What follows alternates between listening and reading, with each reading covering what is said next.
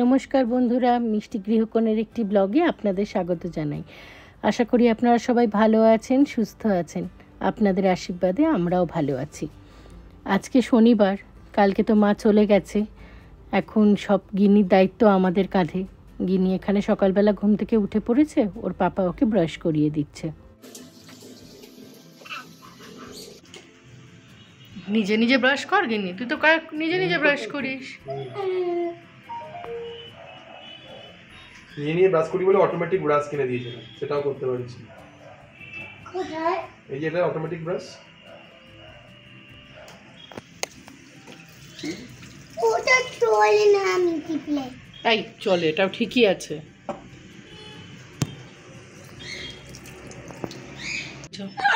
Breakfast করে চান করিয়ে দেবো। হ্যাঁ মা, না বাবা আমার পার্কে নিয়ে যাবে। সকালবেলা পার্কে, বিকেলে যাবি। চলে। কালকে ফেরার সময় এই কুমড়োটাও দেখতে পেয়েছিলাম, তাই গোটা কুমড়োটা নিয়ে এসেছি। আমাদের তো কুমড়ো লাগেই, জানেন, মিষ্টি ডেজির জন্য প্রত্যেক দিনই সবজি দিতে হয়। দাঁড়ান, এই ওজনটা কত দেখে নিই একবার, কারণ ওজনটাই করা হয়নি। গোটা পিস হিসেবে বিক্রি হচ্ছিল, তাই জন্য নিয়ে নিয়েছি। 50 টাকা মতো দাম নিয়েছে। এটা মোটামুটি 2 কেজি মতো রয়েছে। না, তাহলে দামটা কিছু ভুল নেয়নি। দেখুন, 1899 গ্রাম। দাঁড়ান, এটাকে এখন কেটে নিই। মিষ্টি ডেজির সবজিটাও বসাতে হবে ওদিকে। এই গোটা কুমড়ো কাটার একটা গল্প আছে, জানেন তো। একবার গোটা এরকম কুমড়ো নিয়ে এসেছিল, আমি সেটাকে খুব ভালোভাবে কাটতে গেলাম, ব্যাস হাতের ওপর ছুরিটা চলে গেলে হয় না, রক্তে রক্তারক্তি, সে কী অবস্থা। সেই থেকে বড় এরম কুমড়ো আনলে আমি ওর বাবাকে বলি, তুমি একটু কেটে দেবে। এখনও তাই বললাম, তো একটু কেটে দাও। ও তখন সেটাকে কেটে দিচ্ছে আমাকে। দাঁড়ান, মোটামুটি রঙটা দেখে তো ভালোই মনে হচ্ছে। এটা মিষ্টি কুমড়ো ভাতে খেতেও খুব ভালো লাগবে। ওদিকে এখন গিনি খেলা চলছে, খেলা শুরু হয়ে গেছে।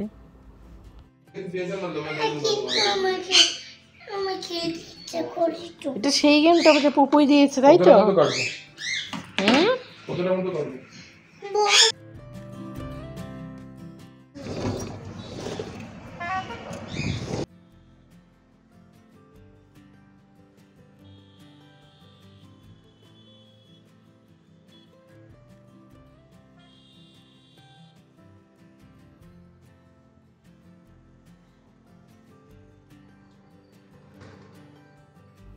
সকালে ব্রেকফাস্টে গিনির জন্য দুধ কর্নফ্লেক্স আর আমাদের জন্য একটু চা আর বিস্কিট নিয়ে নিয়েছি। অন্য কিছু খেতে আজকে আর মন করছে না, মনটা এমনিই খারাপ হয়ে আছে। অন্যদিন মায়ের সাথে একসাথে ব্রেকফাস্ট করতাম আমরা সবাই মিলে, কিন্তু এখন মা তো নেই, ভীষণ মনটা খারাপ লাগছে। বিস্কুট খাবি? চল আর চলে এদিকে, চলে পাপা দেবে বিস্কুট। চলে চলে চলে মিষ্টি, চলে চ ওদিকে চ। এই যে তোর বিস্কুট, খাবি তো? চলে কাম, এনা পড়লে ডেজি মিষ্টির বিস্কুটটা ধরো। জানি না খাবে কিনা। তুমি গ্লাসে ঢেলে খাবে? নিশ্চয়ই দেবো, কেন দেবো না, দাঁড়ো দিচ্ছি।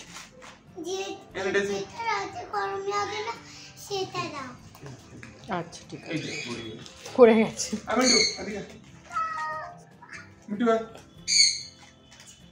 দিয়েছে পাপা, জানিয়ে নে যা। দাঁড়ান, ওকে এই গ্লাসটা দিয়ে দিই, গ্লাসটাতেও ঢেলে খাবে বলল।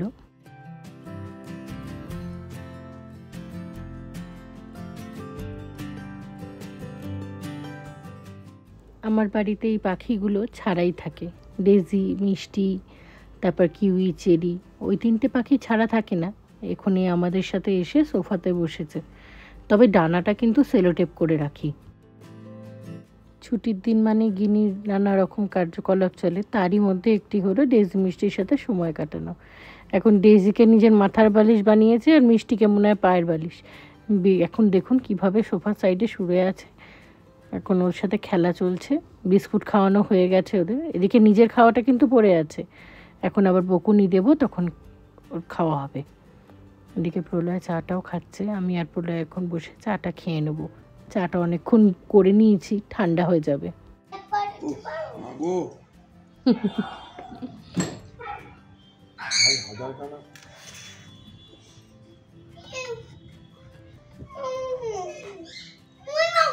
কি করবো বল? এটা খাবে? দুধটা দিতে দাও।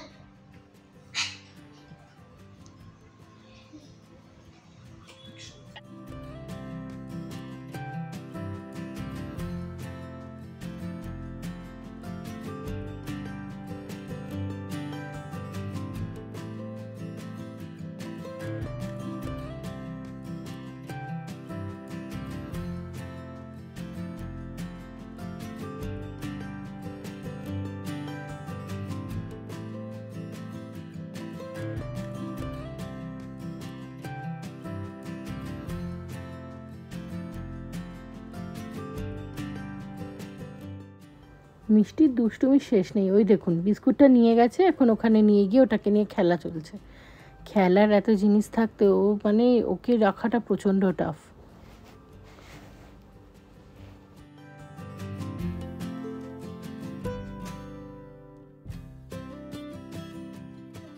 কোনো রকম খেলার সঙ্গী না থাকাতে আমাকে ওর সাথে মাঝে মাঝে বাচ্চা হয়ে যেতে হয়। এখনই তারই প্রস্তুতি চলছে। দেখুন আমাকে এখন ওর সাথে লুকোচুরি খেলতে হচ্ছে। কোথায় গিনি গেল, কোথায় গিনি গেল, কেউ আছে কি না। হাইড এন্ড সিক খেলছিলাম। ধরে ফেলেছি, আমি ধরে ফেলেছি। এবার তুমি লুকো। ঠিক আছে আমি লুকোবো, তুই এখন ইয়ে কর। চান করবি না? চানটা করে না, নিয়েছ? ওকে লুকো না। সব সময় খেললে হবে মা, সংসারে কাজ থাকে না। না লুকো যাও। আচ্ছা ঠিক আছে আমি লুকোচ্ছি। 1 ডেজির এখন শেডিং চলছে, এটা তো আপনারা জানেন। দেখুন কি হারে লোম উঠছে ওর, সারা মেঝেতে পুরো লোম ভর্তি হয়ে গেছে। আমার রোবটটাও ক্লান্ত হয়ে গেছে ঘর ঝাড় দিতে দিতে, সেই জন্য আমি এখন একটুখানি ঝেড়ে দিচ্ছি। এই দেখুন লোম, এই লোমগুলো দিয়ে না গিনির পায়ে গিনির পাটা দেখো। সে আগেকার দিনে সেই সিনেমাগুলো না এরকম না, এরকম ভাবে লাগাতে হবে। কেমন লাগছে তোর? ভালো লাগছে। সেই মনস্টারগুলোর পায়ে এরম লোম থাকে।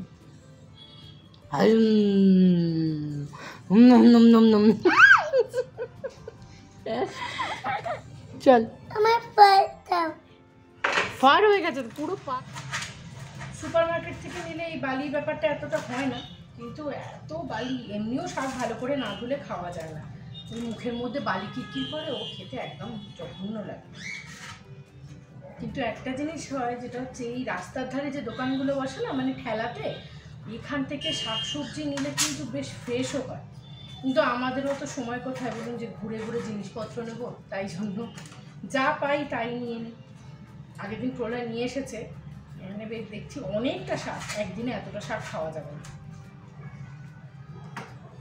কিছু কিছু শাক পচেও গেছে, ওগুলো বাদ দিয়ে দিতে হবে। এই দেখুন পুরো খারাপ হয়ে গেছে, ভালোগুলো নিয়ে নিই, খারাপগুলো বাদ দিয়ে দেবো। পালং শাকটা না ইয়ে দিয়ে বড়ি দিয়ে পোস্ত দিয়ে লাল শাক ভাজা কি ভালো লাগে খেতে। এই দেখুন কত ডাঁটা বেরিয়েছে, এই ডাঁটাগুলো দিয়ে না একদিন চচ্চড়ি করবো, সেটাও খেতে ভালো হয়। মা বানায় বাড়িতে। আগে মায়ের কাছে কত নাকশিট করতাম, এটা খাবো না, ওটা খাবো না, সেটা খাবো না। কিন্তু এখন নিজে মা হয়েছি, বড় হয়েছে, এখন সবটাই বুঝি শরীরের জন্য কোনটা ভালো কোনটা খারাপ। আর শাকসবজি যত খাওয়া হবে তত ভালো। আমাদের দেখে দেখেই তো মেয়েটা শিখবে বলে, মেয়েটাকে যদি আমরাই দেখাই যে আমরা খাচ্ছি না, তাহলে ও তো আর খাবে না। মোটামুটি না বেছে নিয়েছি, আর কিছু কিছু রয়েছে পাতাগুলো না ফুলে গেছে, এগুলো বার করে নিই। এই ডাঁটাগুলো ধুয়ে রেখে দেবো, এগুলো অনেক ডাঁটা জমেছে। চচ্চড়িতে দিলে এই ডাঁটা হেভি খেতে লাগে, খুব সুন্দর বানাবো। দাঁড়ান, এগুলো হয়ে গেছে, এবং শাকটা ভালো করে ধুতে হবে, যা বালি শাকে। ডিম করব আর পালং শাকটা করব। পালং শাকটা ভালো করে ধুয়ে নিতে হবে, দাঁড়ান।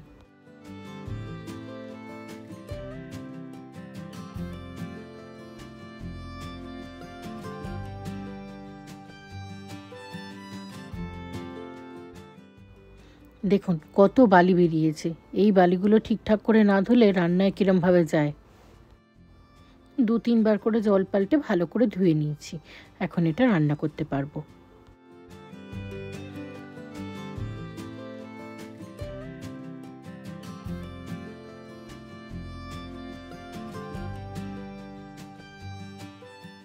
পালং শাকটা না আজকে ভাজা করব। একটুখানি কড়াইতে সাদা তেল দিয়ে দিয়েছি, তার মধ্যে বাদামগুলো দিয়ে দিলাম। বাদামগুলো ভাজা হয়ে গেলে একটুখানি তুলে নেব। তুলে নিয়ে এর মধ্যে, বাহ দেখুন কি সুন্দর রং হয়ে গেছে বাদামগুলো। এবার না আমিই খেয়ে ফেলি, কারণ বাদাম খেতে তো জানেন আমি প্রচণ্ড ভালোবাসি। আমি কেন, আপনারাও তো ভালোবাসেন, আমি সবই খবর রাখি। দাঁড়ান, এগুলো হয়ে গেছে।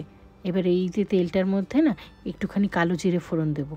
কালো জিরে ফোড়ন, অনেকে রসুন ফোড়ন দেয়, কিন্তু আমি রসুনটা দিলাম না, শুধু কালো জিরেটাই ঠিক আছে।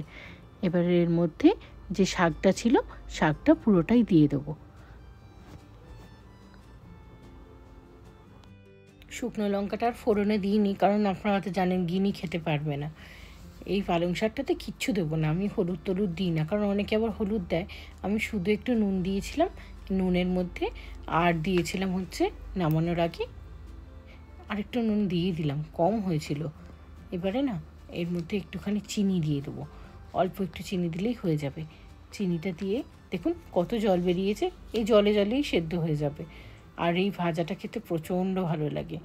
এই যে চিনিটা অ্যাড করে দিচ্ছি, বেশি চিনি দেবো না, 1 চামচে ঠিক আছে, কারণ সুগার তো আছে জানেন আমার। তাছাড়াও এমনি মিষ্টি বেশি খাওয়া ভালো না, তাও আমরা এদিক ওদিক ঘুরতে ঘুরতে কত মিষ্টি না খেয়ে ফেলি।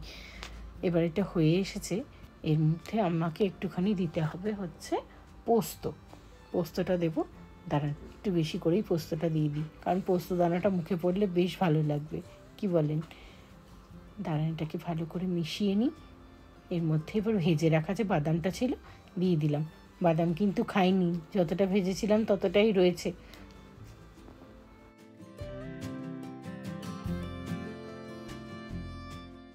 রান্নাটা কমপ্লিট হয়ে গেছে, এবার বাটিতে তুলে নিচ্ছি। আজকে আমার এখনও চানটা হয়নি, সেই জন্য আমি প্রলয়কে বললাম তুমি একটু ঠাকুরটা দিয়ে দেবে। ও বললো ঠিক আছে, আমি তাহলে চানটা করে নিয়ে ঠাকুরটা দিয়ে দিচ্ছি। তাই প্রলয় এখন ঠাকুরটা দিয়ে দিচ্ছে। মা যে কদিন ছিল মাই ঠাকুরটা দিয়েছে, এখন তো মা নেই, তাই জন্য দায়িত্বটা আবার আমাদের কাছে চলে এসেছে। দাঁড়ান ওদিকে আবার দেখি গিন্নি দেবী কি করছেন। কি করছিস এখানে দেখি? এই বাবা, দেখেছো কি করেছে হাতটা? আমাকে তো একটা ফুল এঁকে দিয়েছে, সেটা ফুল আর বলতে হবে না। দেখি দেখি, প্রলয় দুটো হাতেই ফাঁকিয়েছে, দেখো। তোমাকেও করে দিয়েছে? আমার হাতে দেখো না কি করেছে। এই আর নয় আর নয়, গিনি গিনি আর করিস না, ছাড়। এই সাংঘাতিক, এ তো সাংঘাতিক আর্টিস্ট আমার বাড়িতে এসেছে রে।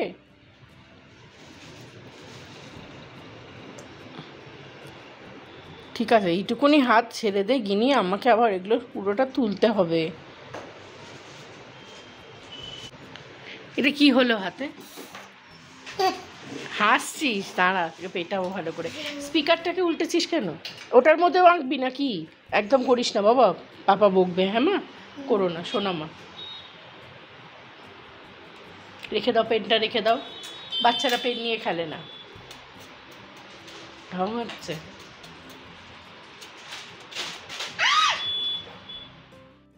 বাচ্চাদের সাথে বাচ্চা হয়ে সময়টা কেটে যায়। দাঁড়ান ডিমের ঝোলটা করব বলে ডিমটাও ভেজে নিচ্ছি, একটু বেশি করেই করে নিচ্ছি, ও ভালোরা থেকে যাবে। ডিমটা ভাজা হয়ে গেছে, এবার তুলে নিলাম। এবার এই তেলের মধ্যে একটু দিয়ে দেবো আলু। দেখুন গল্প করতে করতে না আলুটাও একটু বেশি ভেজে ফেলেছি, লাল হয়ে গেছে। কোনো অসুবিধা অবশ্য হবে না, কারণ বাড়ির লোকই তো খাবো। তেলের মধ্যে এবারে একটুখানি কারি পাতা দেবো, আর দিলাম এখানে গোটা গরম মশলা।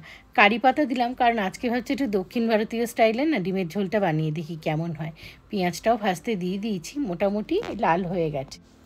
দক্ষিণ ভারতীয় রান্না অতটা পছন্দ হয় না, তাই টমেটোটা এর মধ্যে দিয়ে দিলাম, কারণ এদের রান্নায় না প্রচণ্ড টক দেয়। একটু জল দিয়ে দিচ্ছি, তাতে কি হবে টমেটো আর পেঁয়াজটা তাড়াতাড়ি একটু গলে যাবে। মোটামুটি হয়ে এসেছে, এবারে আমি ভেঙে দিচ্ছি। আর এখানে জানেন তো রান্নায় এরা প্রচণ্ডভাবে তেঁতুল ব্যবহার করে। আদা রসুনের পেস্টটা দিয়ে দিলাম, দাঁড়ান ভুলে যাব, কারণ একদিন কি হয়েছিল ডিমের ঝোল বানাতে গিয়ে আদা রসুনটাই দিইনি, শুধু পেঁয়াজ আর টমেটো। এবারে ওর বাবা খেয়ে বলছে যে কি করেছো এটা, কোনো রকম খেতে স্বাদ লাগছে না। আর না, যা করেছি তাই খেয়ে নাও। রান্নার মধ্যে একটুখানি কাশ্মীরি লঙ্কাটা দিয়ে দিলাম। হলুদটা আজকে একদম দেবো না, কারণ হলুদ ছাড়া করবো ভাবছি। দাঁড়ান একটুখানি গরম জল এখানে মাইক্রোওয়েভে ঘুরিয়ে রেখেছিলাম, সেটা একটু দিয়ে দিলাম, তাতে কী হবে না গ্রেভিটাও ঠিকঠাক হবে। এবারে যে ভেজে রাখা আলুটা আছে ওটাও দিয়ে দেবো। একটুখানি এর মধ্যে আর মিশিয়ে নেওয়ার পরে আর একটু জল দিতে হবে, কারণ জলটা বড্ডই কম, কারণ আলুগুলোও তো সেদ্ধ হবে, বেশি ভাজিনি। এই যে বাকি জলটা যেটা ছিল ওটাও আমি এর মধ্যে দিয়ে দিচ্ছি। এইবারে ঝোলটা ফুটে গেলেই ব্যাস। ওরকম করতে নি মা, চাল মাটিতে পড়ে যাবে না, চাল মাটিতে পড়ে যাবে বাবু, দাও। চাল মা লক্ষ্মী হয়, দিতে হবে সোনা মা, দাও। কথা শোনো সোনাই, তুমি তো আমার লক্ষ্মী মা, তো দিয়ে দাও। চাল করতে নেই মা, দাও। তুমি কেন বার করেছো চালের জায়গাটা? তুমি পা করলে। আমি বার করেছি আমার কাজের জন্য, তুমি নিয়ে নিয়েছো তো ওখান থেকে। এটা কি আমি তোমায় দিয়েছি? হ্যাঁ না, এটা খেলার জিনিস নয়, দাও। তুমি দাও, আমার কথা শোনো, দাও। আমি ভরে দিচ্ছি। ঠিক আছে তুমি দাও, আমি ক্লোজ করে দেবো, দাও। আমি ভরে গিনি রান্নার ফাঁকে গিনিকে চান করিয়ে দিয়েছিলাম, একটু গরম মশলা দিয়ে দিচ্ছি ঝোলের মধ্যে। এবার ভেজে রাখা ডিমটাও দিয়ে দিলাম। ডিমটা এবার নাড়াচাড়া করে আর একটু জল দেবো, ঢাকা দিলেই হয়ে যাবে। দাঁড়ান, এর মধ্যে না বেশি লঙ্কা দিতে পারবো না, নামানোর আগে ওই একটা কাঁচা লঙ্কা দিয়ে দেবো উপর থেকে। আমি এবার ঝাল ছাড়া খেতে পারি না, সেই জন্য এখন 29টা কাঁচা লঙ্কাতেই দাঁড় করিয়ে দিচ্ছি। দেখুন দেখতে ভালো হয়েছে না? কিনিকে এখন খাবার দিয়ে দিচ্ছি। এই যে আজকে বললাম লাল শাক আর ডিমের ঝোল, আর কিছু করিনি, ব্যাস।